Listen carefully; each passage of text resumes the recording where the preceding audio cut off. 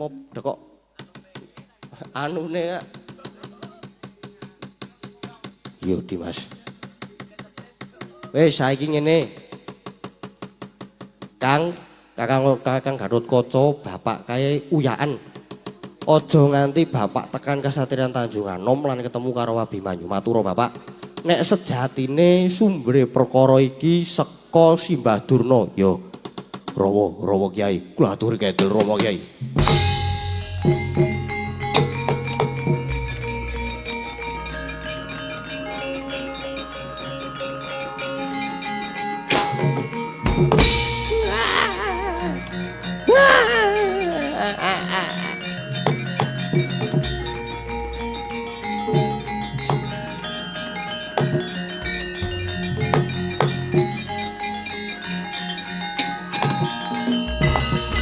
Sabanjure kepiye Dimas? Yang Durna iki arep dikepiyake maneh. Wis tetep dadi bandan wae.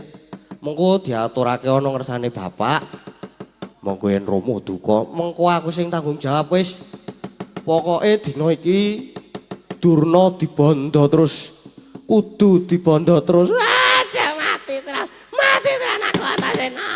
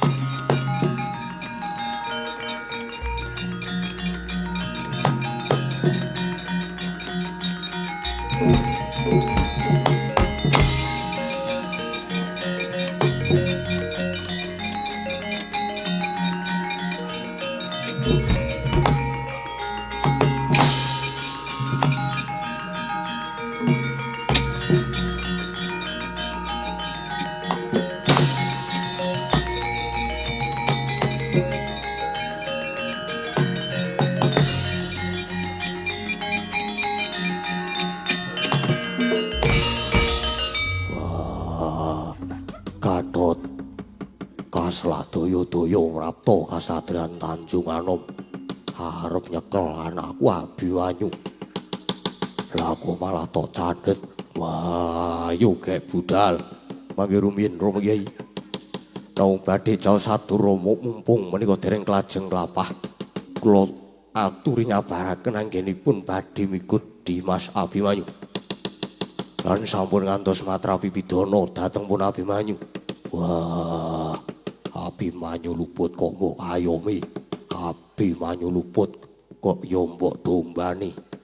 Mboten kateges kula badhe ndombani pun Abimanyu. Nanging babagan nicalipun pusaka Jamus Kalimasada menika jebul udaraning perkawis malah dumunung wonten ngarsanipun Wa Prabu ing Dwarawati. Wa Kresna sampun dakwa dhateng Abimanyu. Wah, aja ngawur. Kowe aja ngawur. Kresna kakangku kae wong limpat iki. Namung kasunyatanipun jebul menika namung Wa Kresna ingkang memba warna. Menika sanes Wandwarawati. Wah, Kresna kakangku to anggep palsu. Utawa salah kedaden kasinggihan mekaten Kanjeng Rama Kyai. Menika jebul panjal maning mangsah. Wah, banjur sapa sing dadi Kresna wau iki? Kula sampun nyekseni piyambak. Nanging nuwun sewu. Nuwun sewu ingkang memba. Ingkang memba dados Wa Kresna menika jebul Eyang Durna. Wah, cangkem.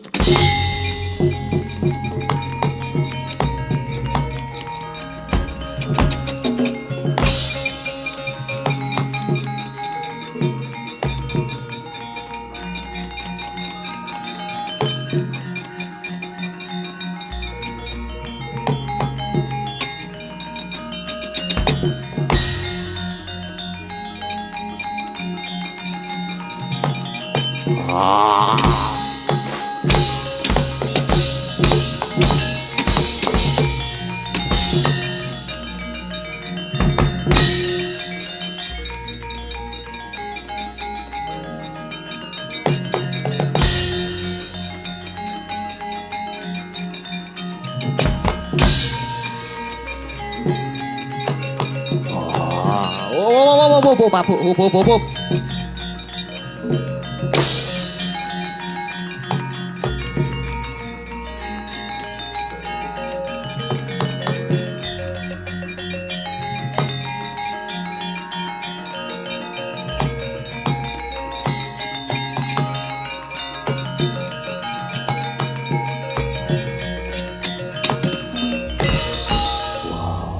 Iki meneh Antasena arep melu-melu malah tajar sisan. Heeh, muka ajaran aku. Neng mengko dhisik sabar to, Pak. Wong tua kok grusah-grusuh. Kakang Gatot iki bener, Kakang Gatot iki bener. Mula banjur takon ngendhake bapak merga sing iso buka wadi iki aku. Buka wadi piye? Buka wadi lakone iki no. Yang sejatine wong Kresna kae mau si Drona. Wah, ora wah. Ora ngopo? Sabar to, Pak. Wah, ora wah sik. Sabar. Ngerti sabar ora? Wah, tak lakban lho, Pak. Tenan tak lakban wah. Bener sing dikandhake Kang Gatot mau kuwi bener. Ngendi ana Kresna kok waton dakwa, terus adikku, terus si Abimanyu didakwa dadi maling, dituduh dadi maling. Aku rak yo dadi cubriya itu. Oh ya iki yo ketemu nalar, ketemu ngakal, Pak. Nah, mula tak taliti, aku naliti perkara iki kepeksa aku mau wani karo Pak Dewi Kresna, tak polo, tak ajar, terus Badar Durna. Wah, ngawur. Yen pancen ngono aku perlu bukti ya, Kang. Kakang Tarja buktine gorene, Kang.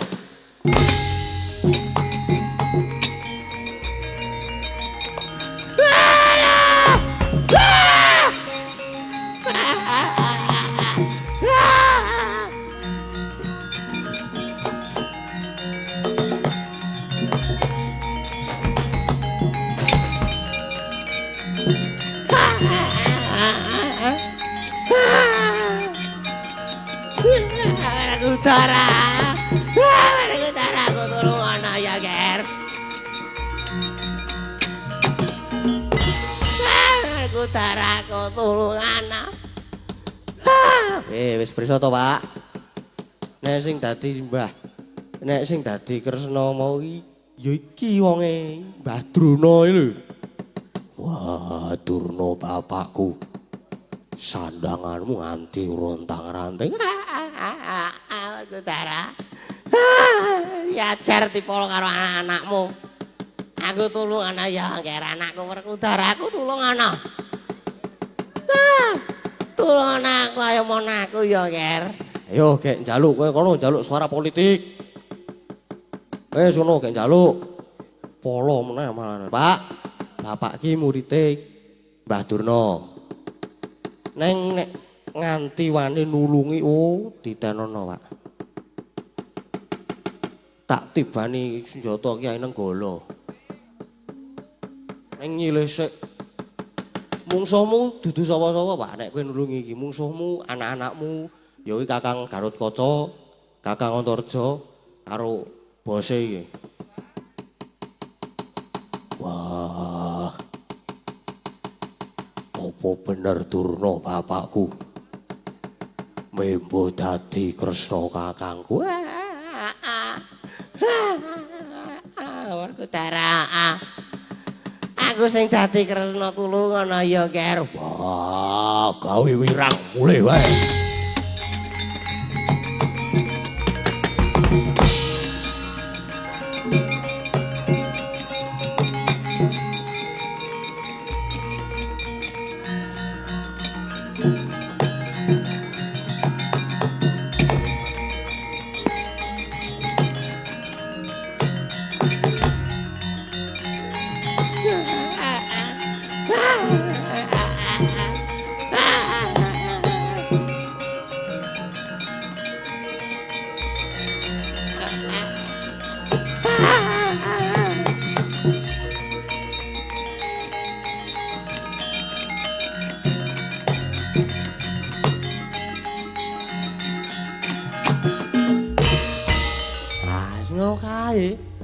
bapak ki ngene, nek isin mesti ngono kae. Anggere wis muni, wah. Wah, terus lunga kepat. Lunga saiki arep njaluk tulung sapa kowe saiki, Mbah? Arep njaluk tulung sapa bapakmu? Bapakku kuwi wis bali. Iya, Pokoke tetep dadi pesakitan. Antasena bapakmu wis bali. Aku mbok diuculi ya. Uculan aku tak mulai nang saka 5. Bali piye? Arep bali piye? Bali mulai nang saka 5. Ya, oleh ya.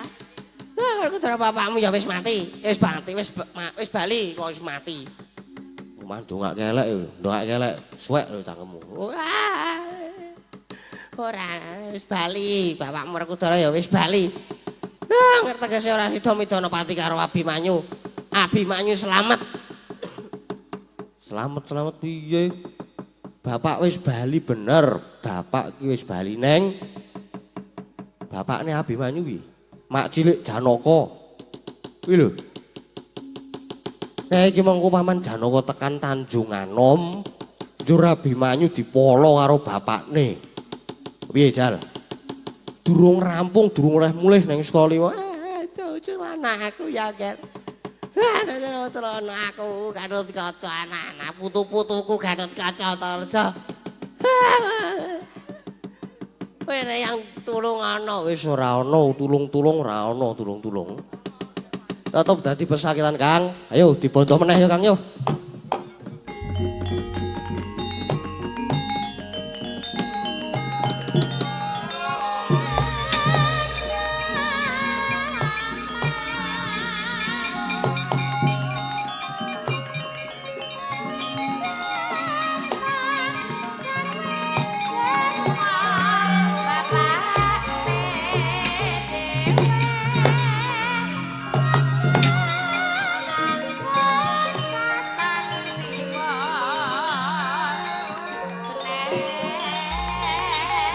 Rono wae.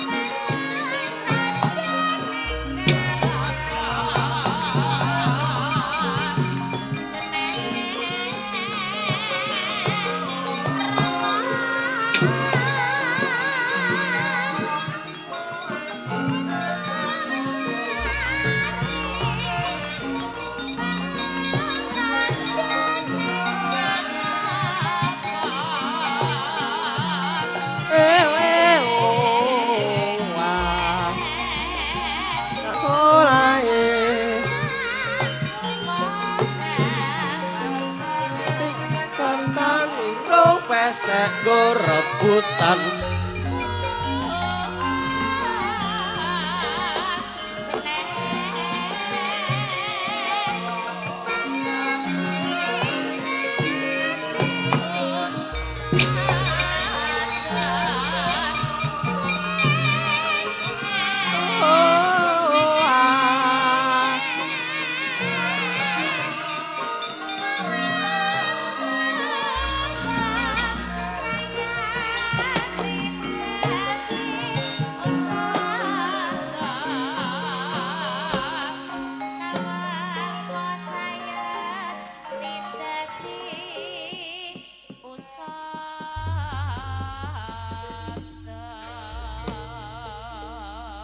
saya dalu aras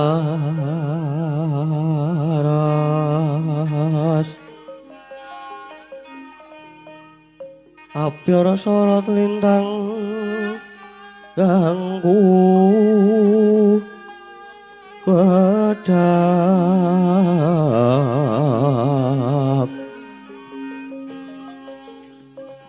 titi sonya matya ratri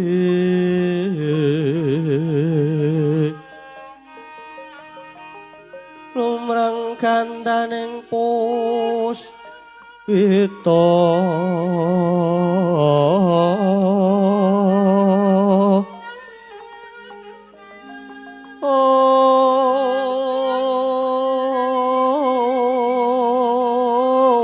karanggiwan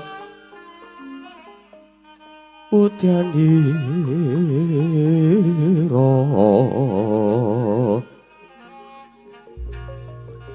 sang Dijawara mrengeng lir swaraning adu pranta manungsung sarining kembang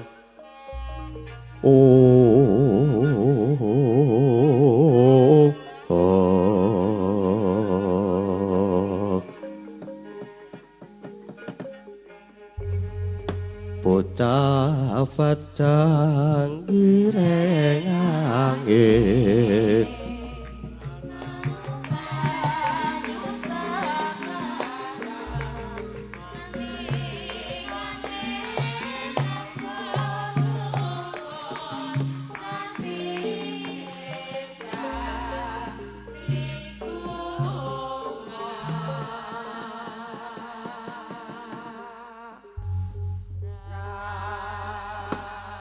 Sirwing sang wangarko gumantos ing dalu juring rati dereng wonten ingkang kacarita namung sang Wang Pertapati kang judul saking Perang Wetan nadyan kalengan megarso gunung-gunung parandine bisa merbahani jagat raya dewi tata sing kawantian dewasane nang nawa kawusa wancin wis ngancik goro Sukramangkara tumbak mendote tete kaloba sumawar cita anggara rakata buta Maesarespati mintuna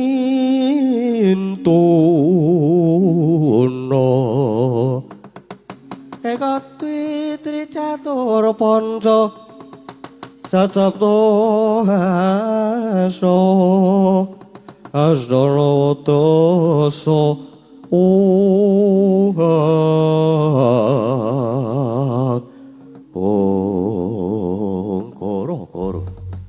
Goro-goro ing jagating pakeliran sakti amung ngurmati miji loro parapat Punakawan Kiluar swargane Petrus mamung lurah Bagong kang sawe gojegan madyaning ngono rombo alon harire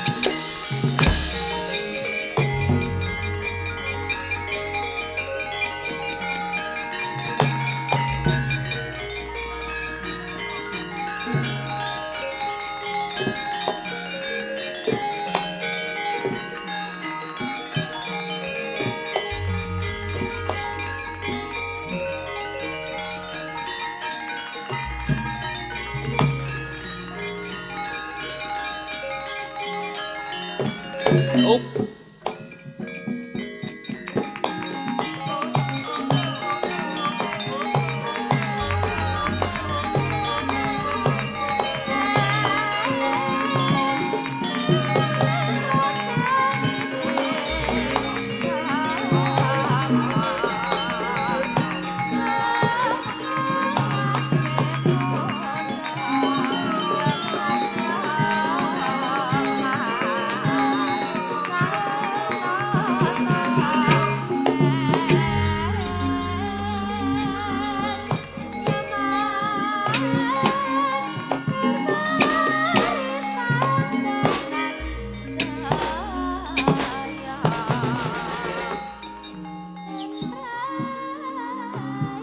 Ciwit.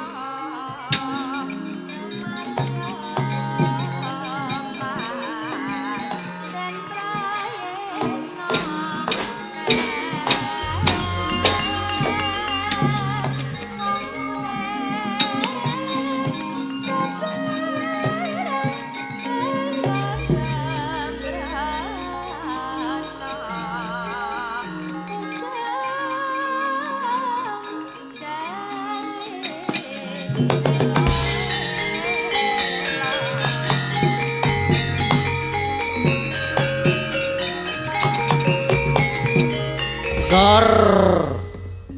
Gara-gara gong gara-gara. Wis wayahe gara-gara. Wayahe alon-alire. Heeh. Yes. Melu seneng-seneng wong ya mau ujupe mau ki wis kabeh dicedhakke ning nggon lembukan. Nggon lembukan. Iki awake dhewe sowan ana. Dadi Gong. Bulu. Sake bulu. Candirjo Semanu. Ora saramu dadi kaya ngono kuwi ta? Suarane entek. Lagi flu. Angger tak aku bengok-bengok mau ki mari. Bengok-bengok piye? Bengok-bengok kecethe tenan ngene iki. Iya. Karo ngecek-ngecek pamundutan sing durung dipinangkani ya, Truk ya. Iya.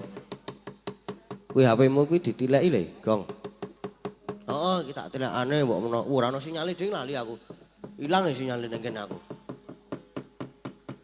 Ya kuwi mau tak tulis. Golekane tulisane ngondi. Oh, tuh. Sing iki. Nah. Mau isih ana podang kuning. Dereng dipun pinanggani terus ana rengu. Terus ana muga nyawiji. Wah, lah niki gandeng Mbak Lintang pun kundur nggih mengke digantos. Diganti apa-apa sing nyemek-nyemek. Sing halus-halus sik, Gong. Heeh, no. Jam piro ta iki jane? Padha mbiyen ya jame ya. Ha iya padha mbiyen. Heeh. Ya saiki minangkani sing halus-halus sik. Heeh. Pokoke angger nek gara-gara ngene iki sing kudu metu ki minangkani sing rengu. Aku lagi seneng banget karo rengu kuwi mau lho. Waduh lah iki nek naskahku ketetesan tlutuh. Tulisane ra ketok. Iya, heeh. Berarti minangkani sing rengu iki mau sik, Gong. Heeh, no, ora rengu ora semangat aku. Ha iya. Sing nyanyi sapa, Gong? Sing kang paring nyekar nggih menika Mbak Orita. Sapa? Mbak Orita. Aku nek karo Mbak Orita ngefans aku. Iya. Suarane Mbak Orita, suantene Mbak Orita iki jan khas. Iya iso Mulane terus kowe njuk mengidolakan to, Gong. Ha iya. Ngono kuwi. Heeh. Ya sik dipinangkane mau sing ngrengu mau. Heeh. Nggih, Sugeng Enjang, Mbak Orisa. Nggih, Sugeng Enjang. Nggih. Serune mikir. Nggih, Sugeng Enjang. Nggih, Sugeng Enjang, nggih. Pun Enjang punan. Minangkane pamundutan. Nggih. Minangkane pamundutan rengu. Saking sinten wau? Saking jedap niki kula bekake. Naskahku brodol kena trutuh soalé. Oh, ngono. Nggih. Minta lagu rengu buat warga masyarakat dari Sapardi Jakarta. Yo, saking Bapak Sapardi, nggih. Mati, nggih. Nggih, lah niki enten tali asin niki nggih ning mlebote gas. Nggih sapa apa? Kas to? Hah? Tebokke kas to? Wes ora iki niki nggih Mbak Orisa. Kas ra apa-apa Mas tenan. Hah? Tebokke kas ra apa-apa. Wah, so. Wis ora rasa kas-kas. Nek sing entuk saweran Mbak Lala, Mbak Laras iki apa Mbak Mega kuwi ya sak mlebu kas. Oh gitu. Oh, oh. Nggih. Tanpa kas tidak makan kita. Oh gitu. Iya. Mergo grup iki grupe jenenge apa Mas? Iki grupe jenenge Beling Laras. Beling laras. Ngene beling kabeh sa.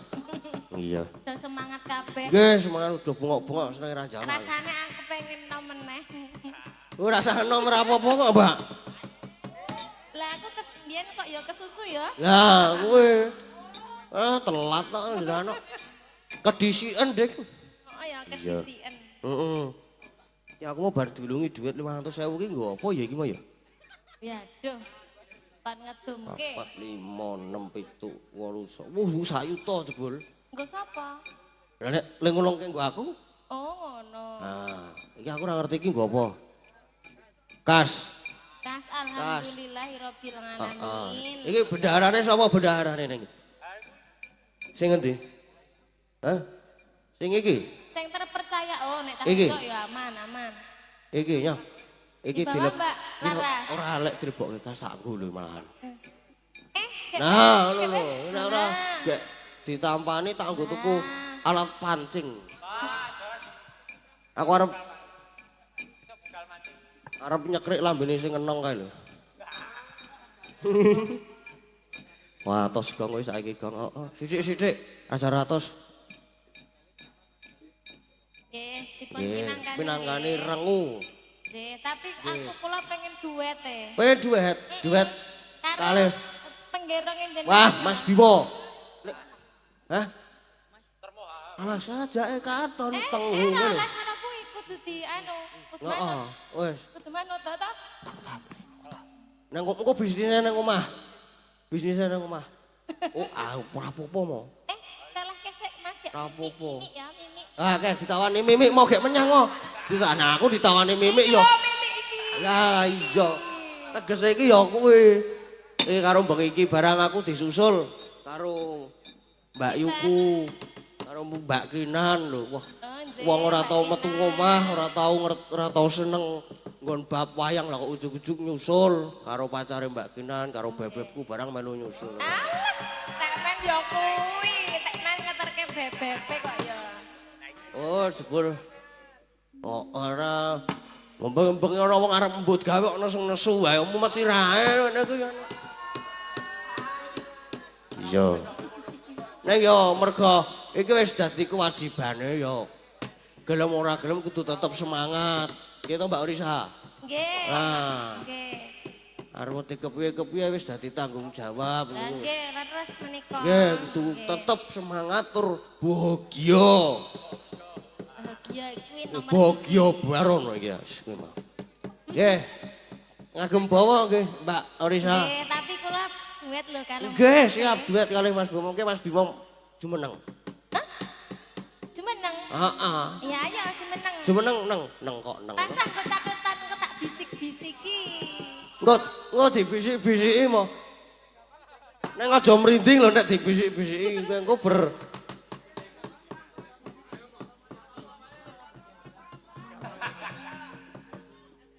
Ayo Mas Bimo, aku pengen ngrungokke suarane Mas Bimo. Jumeneng ra apa-apa to, Go? Roro. Menika putranipun Pak Ratno Sujarwo. Oh, nggih. Nggih, wah aku sok nek Roro nek nang omahe Mas Bimo ku iso nganti seminggu ra mulih ngono. Wah. Mergo ora ndit mergane. Iya, aku nek ngene Mas Bimo ki mesti mboborosi kok. Delok pangan ngono. Hah? Delok pangan. Oh. Aku sok request bakso. Tukoke metu baksone tenan. Terus aku susu. Aku yang njaluk ngono kuwi susune ndi mo? Ah, engko golek ding gampang nek kuwi. Terus jarene ngono. Nek susu ki dadak golek. Golek, maksudnya golek. Sing saset lho sing gampang dikone ndi-ndi. Heeh, bener. Mana iso diselametkan nggon ngendi-ngendi iki sing saset-saset ku. Iya. Sembah. Yo kek nembang, Pak. Yo. Ayo. Gak bawa. Endi sing duet kira gelem ngadeg ki kepiye? Ketoke wis ngadeg, Mbak, ketoke.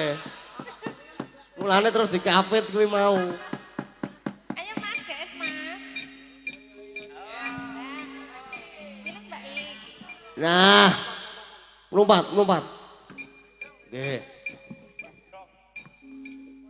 Boten apal kula Mas. Mboten apal. Tak iki rasa nganggo iki.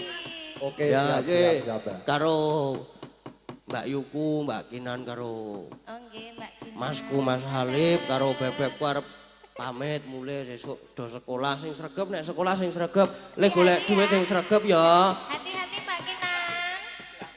Warak mejang Mbak Yuku. Nek bengi aku sing diwejang lah ya. Wejang-wejangan tenan. Boten kan nyekarin Mas. Napa? Mas Salib napa? Pripun? Ngembang. Malah ganti. Anak-anak kok dadi gala-gala senengane nek Mas Halip ki iya. Iya. Aku ngomong kok Mbak Orisa ajeng bawa. Monggo Mas Bimo bawane. Mas kene lho, aja ngaingu. Wes, Fokus. fokus. Mas kamera kae ya. Mas. Hati-hati ya Mas. Hati-hati. Hati-hati Mas Salib Mbak Kinan. Lin, Ah, Mbak Laila. Mbak Laila ki sapa? Wah. Hah? Niku. Sapa? Laila. Naila. Ora L. Oh ya. N. Naila. Nah. Naila. So tak tuku joran tak pancing dhewe. Ora langsung melu-melu gak aku. Ya. Monggo Mbak Orisa. Monggo Mbak. Wah, kesuwen kok ya. Aku dadi Ayo kesuwen ora gak mune. aku dadi lalu lho Jeje. Mati tenan.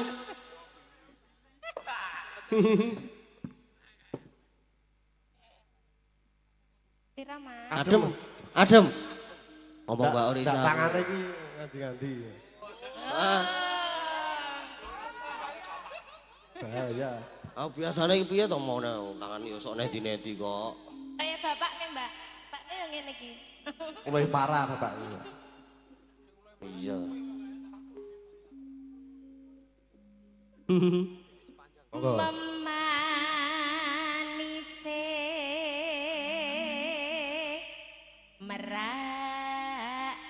merati.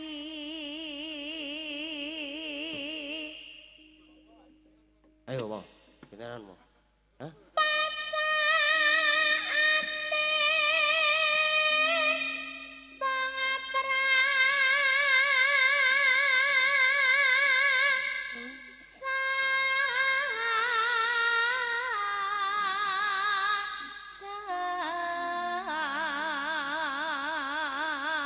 Ngasno kamera kan lho.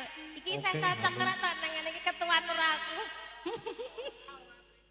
Cocok ya, mau. Cocok. Cocok to, mau. Cocok.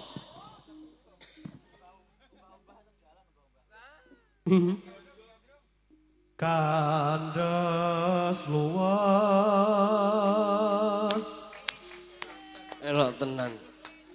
Pancen. nang sam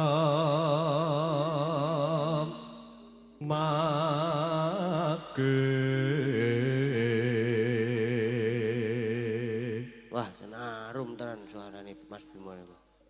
Sip. Arum.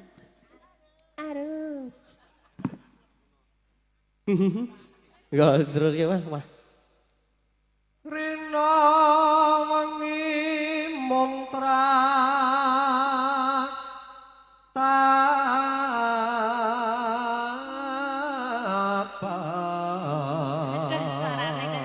ae to Mbak suarane. Marake aku kepiye? Marake terus. Waduh. Iya. Hah. Montang manting tanjengan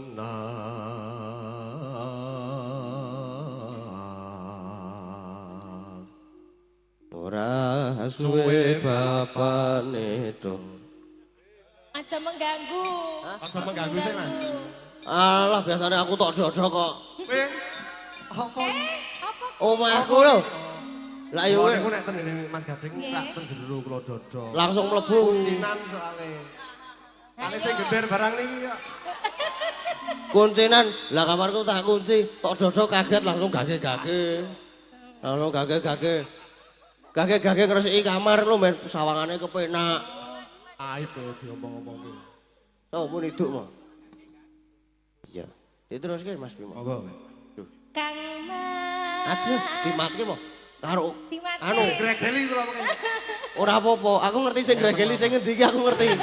Wis ora apa-apa mo santai bae. Tangane iki ora goceki kono terus. Lah, guseki nopo lho? Gecek ya aku. Iya.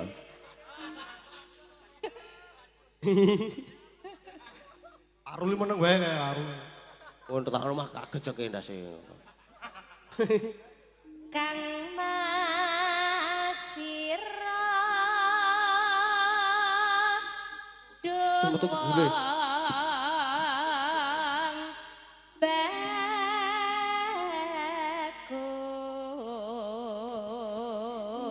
bagus. Teratapen aku. Kita kira ki tombol apa ki lho? Oh.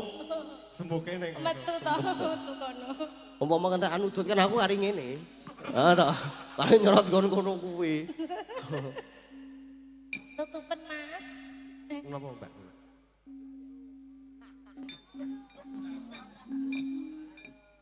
Wah, kae opo kae? Oh, Pak Baron tak kira apa ya?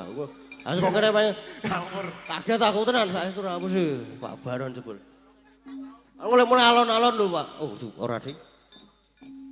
Gampang teman ambe pito Ya. Ye. Yo, kayak saiki. Mana Mas? Duh, Menemani. rapal ya. Rapopo. Anu apa joget apa ya? Nek rapal ya. Nah, Wah, lenggah mawon mriku nggih. Ampun, ampun Mas. Mengko ki dibagi cah loro ya, Mas. Ah, aku ya. Kita kan bekerja berdua, jadi kamu satu. Oke nek dibagi kula masuk kas. Enggak, aku iki tak cemplungke kene. Ora nek kuwi khusus dirimu ora nganggo kas. Nek nyanyi nek duet, oke? Oke. Oke. Oke rasa oske. Rasa dineka. Oce. Yo. Etok-etok iki roman ngono lho ya. Heeh, Kayak roman. Matan, kayak kepiye Ah. ngono etok-etok. Kowe ngerti roman dance kae? Wah. Neng ojo kebablasan. Ora, tanggung itu anu, bar kuwi ya wis. Wis. Oh. Khusus tanggung tok. Siap, Mas? Siap. Matur sembah nuwun Mas. Matur Mas Mas Bimo, nyuwun pangapunten ya Mbak Yuni kaya ngene iki. Matur nuwun, Mas. Nggih, matur sembah nuwun Mbak Orisa. Ki mau wis ana siji meneh ki. Podang kuning mau wis urung ya podang kuning mau ya. Dereng podang kuning dereng nggih. Nggih. Berarti saiki podang kuning. Podang kuning. Golek sing gaul-gaul iki lagi.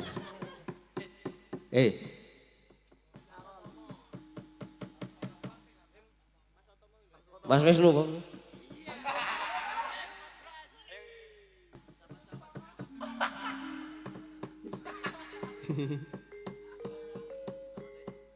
Mas Raka.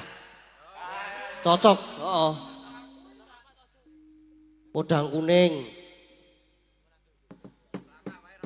Raka, tenan ka?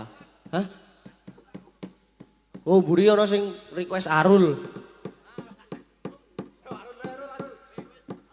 Kowe di-requesti Arul. Karep sapa? Setok-ketoke apik. Ya wis, anu mbak-mbak iki wae. Ora ana sing oh iya. Hah? Ora iso to? Padha.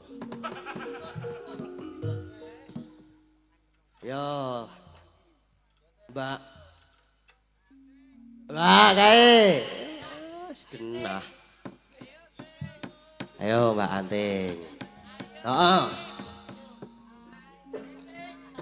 Duduk ya. Mebur. Goro-goro kan kudune. Goro-goro. Nggih. Napa? Sama siapa? Derek sekali sinten? Fotomu ki sapa to? Ayo mo. Ndang to. Ngapa? Oh, bar wisuda ayo diduduke sarjanane. Piye iki rasane Pak Mas Dalang? Manut. Ndang to, mau ge ndang. Oh, jare diserampat.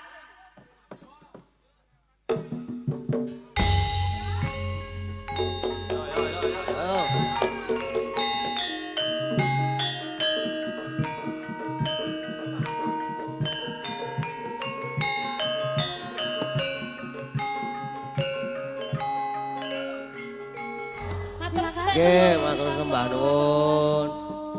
Wah, wis entek gong wis request-requestane. Heeh. Iki omong karo sebone. Kae kalau disawang-sawang ke.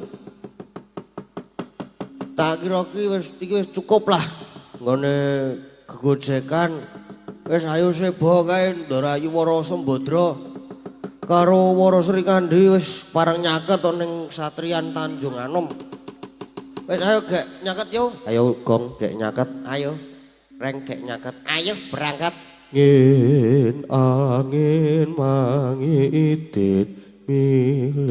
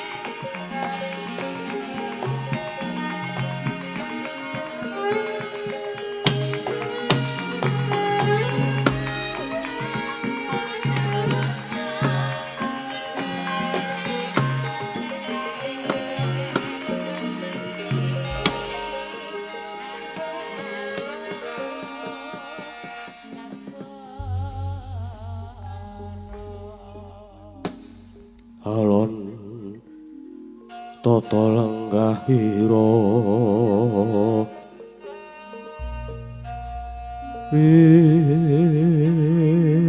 pisang marata tameng tasih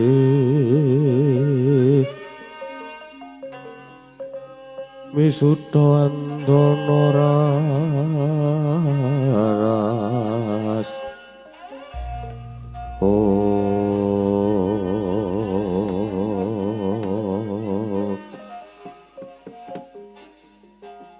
duh jimat sesemban kula Kanjeng Ibu rawuh paduka ingkang putra keparenga ngaturaken sumangga pangabekti Ibu putraku nggih wong bagus ngaturake pangabekti banget ndak tampa dadekke tego kayuwananipun Ibu nggih pangestuku wae tampan ana kira Abimanyu nun kapundi ndadosaken jimat paripe Ibu Woro Sri Kandi kula ngaturaken sumangga pangabekti ya nggih wis ndak tampa karya bombong ing penggalih pangestunipun Ibu wae tumantu Amarasira ya nggih Abimanyu.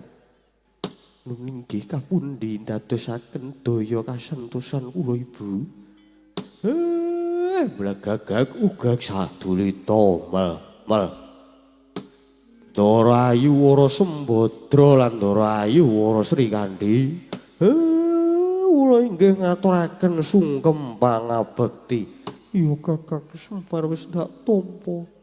Nanging tiba padha-padha Kakang Sumario wis ndak tampa tiba padha-padha Ndarayu kekalipun kula pun gareng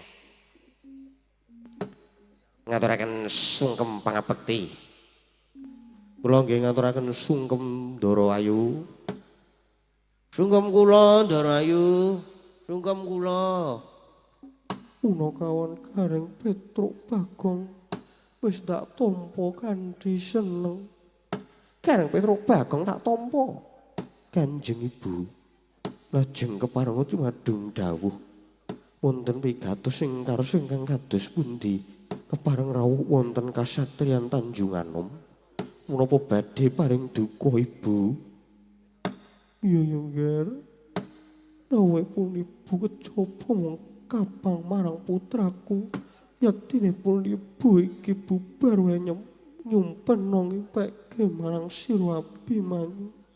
Gawang-gawang katon Abimanyu leledang ana satengahing bangawan nanging kedadak kasempya ing alun kegulungan satemah gendang kapraden nang Angka Wijaya. Bareng pun Ibu wungsare nganti gragapan rasaku. Tumulipun Ibu ngantri marang ibumu ya diajeng urus Sri Kandi iki. Praptana Tanjung Anom. Kuwi tuwi kawidadaning putraku Abimanyu nggih. Ibu. Paduka sampun prisa piyambak bilih ingkang putra tansah ayem kemawon. Lan tansah pinaringan kabagas warasan. Yo nggih yo syukur yen mangkono. Nang jejereng Ibu nyumpena mesti wae mulang-mulang nggih Kakang Semar reh ning panjenengan kuwi disepuhke munggo sing dadi pangimpenku iki mau pralampi topo Kakang Semar. Ndarayu kula kinten niki kok leres niki sasmita kadose kok Ndara Abimanyu badhe nampi pacoban. Mila niki mangke kedah ingkang sami praitna lan surtite ati-ati Ndara. Miat langening kalanggiwan aklar pantamuncar tinon ler kakonang surem sorotetan padang kasoran bacaring purnaming kakuhono dasare mongso katiga dadak sakura praptane Dyan Arjuna kakarya Kagating kalih.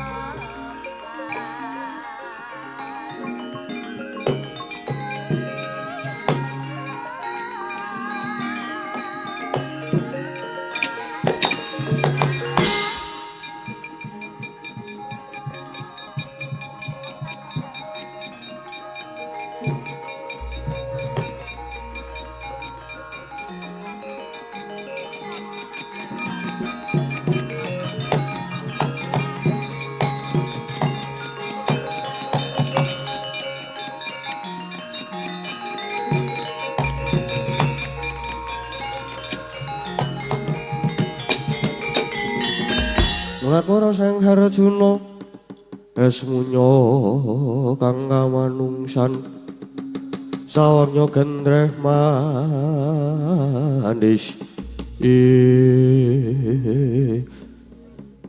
mboten nginten jebul pangeran bapakne kulup rawuh ning Tanjung Anom. Ya ibune kulup diajeng Sembadra pun kakang Kang Prapta. Bakti kula kundha pangeran, ya Sri Kandi wis ndak tampa. Duh Kanjeng Rama, sungkem pabekti kula kunjuk. Abimanyu kula wonten dawuh. Sira ngaturake pangabekti wis ndak tampa malah kepuruh. Pun Rama bakal paring bebungah. Duh Kanjeng Rama sanget ndadosaken kagiyating manah lelabetan menapa dene kula badhe dipun paringi pebebingah. Iya. Kabeh merga saka lekasmu, pakartimu kang wis ngorek-orek. Nyiprati lerah letuh mara gage rada maju mrene Abimanyu. Kowe wis wani gawe wirang. Kowe wis gawe wani gawe eleke wong atuhamu merga pakartimu sing wis ngorek-orek marang bapakmu ya Arjuna. Mula pun Rama bakal paring bebungah iki tampan ana Abimanyu.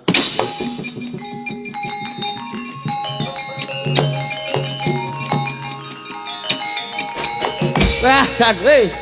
Wah, iki opo to iki?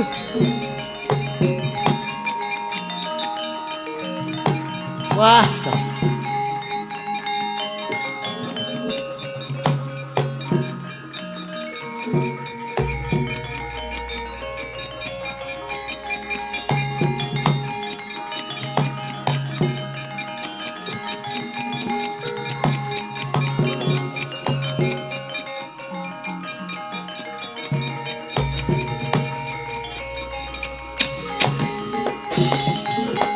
Duh, Hyang Agung.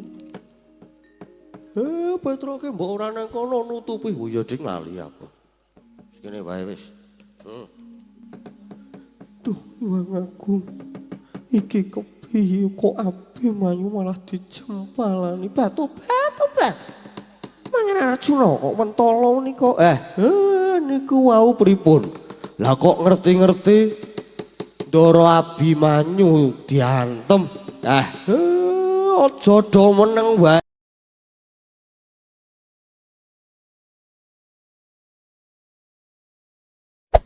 Hey there. Subscribe to my channel. And also press this bell icon.